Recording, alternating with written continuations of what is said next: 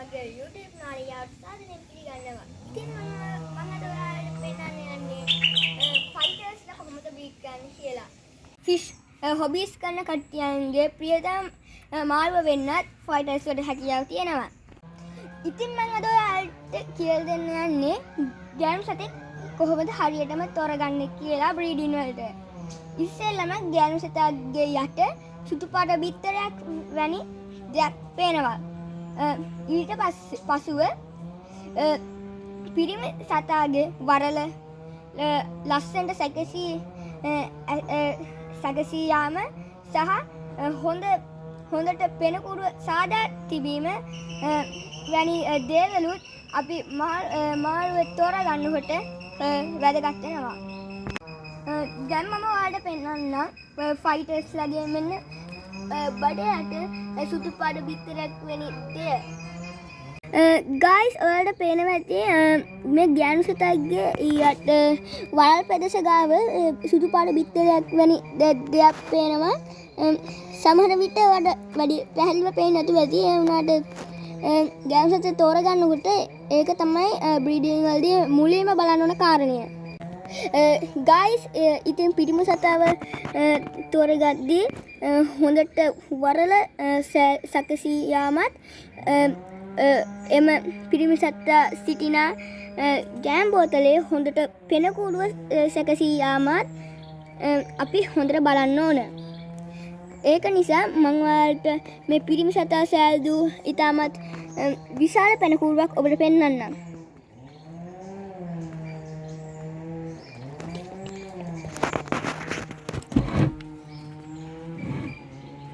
දෙක්කද guys. ඉතින් අපි fighter ගෑනු සතෙකුයි පිරිමි සතෙකුයි තෝරා ගැනීමෙන් පසු අපි කෙලින්ම ගෑනු සතාව ටැංකියට මුදා නොකර ජෑම් බෝතලයකින් වසා ටැංකියේ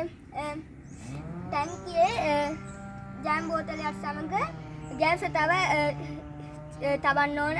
ඊට පස්සේ දවසකින් විතර ගෑනු සතාව නැවතත් පිරිමි සතා සමග එක්වීමට අපි අවස්ථාව දෙන්න ඕන. ඒ දෙන්නේ පෙනකුඩු සෑදුවොත් විතරයි. ඒ විතරක් නෙවෙයි දැන් සතියක් ඇතුළත බිත්තර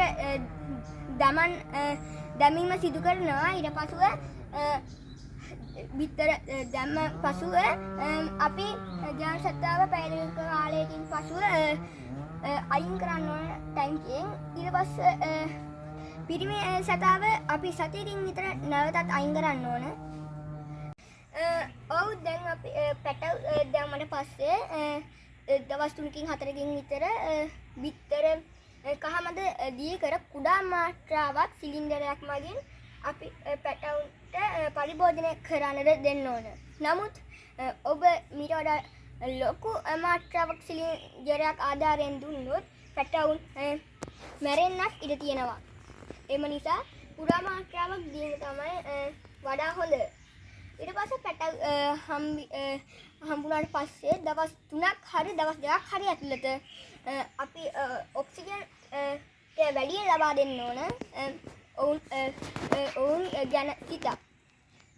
ඒක තමයි ගොඩක් මතක් කරන්න ඕන ඔයගොල්ලොන්ට. නැත්නම් පැටව මැරෙන්නත් ඉඩ තියෙනවා. හරිනේ. අද වීඩියෝ එක හොඳයි නම් ඔයගොල්ලන්ට ගොඩක් තේරුණා නම් සබ්ස්ක්‍රයිබ් කරලා ලයික් කරලා කමෙන්ට් කරලා මාත් එක්ක දිගටම එකතු වෙලා ඉන්න.